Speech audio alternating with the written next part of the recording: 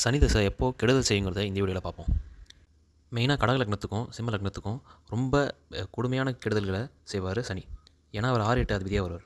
அடுத்ததாக மேஷ விருச்சிக லக்னத்துக்கு அவர் மாரகாதிபதியாகவும் பாதகாதிபதியாக வரதுனால அங்கேயும் பிரச்சனை பண்ணுவார். மீன லக்னத்துக்கு இவர் வந்து சம கிரகமாக இருந்தாலும் இவர் பாவ கிரகங்கிறனால சின்ன சின்ன தொல்லைகளை கண்டிப்பாக கொடுப்பார். அடுத்த கட்டத்தில் வந்து சனி எங்கெங்கெல்லாம் இருக்கக்கூடாதுன்னு நான் காமிச்சிருக்கேன். இந்த இடங்களில் வந்து சனி வந்து கொடுமையான கெடுதலை செய்வார்.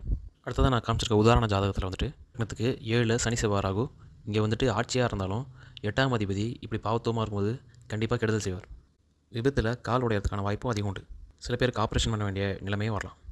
அடுத்ததாக நான் காமிச்சிருக்க ஜாதகத்தில் வந்துட்டு சனி வந்துட்டு மிதுன லக்னத்துக்கு யோகராக தான் வருவார். இருந்தாலும் சூரியன் மற்றும் அமாவாசை சந்திரனோடு சேர்ந்து செவ்வாயோட பார்வையில் இருந்தால் கண்டிப்பாக 8ஆம் அதிபதியாகவும் இருக்கிறதுனால கெடுதல்களை தருவார்.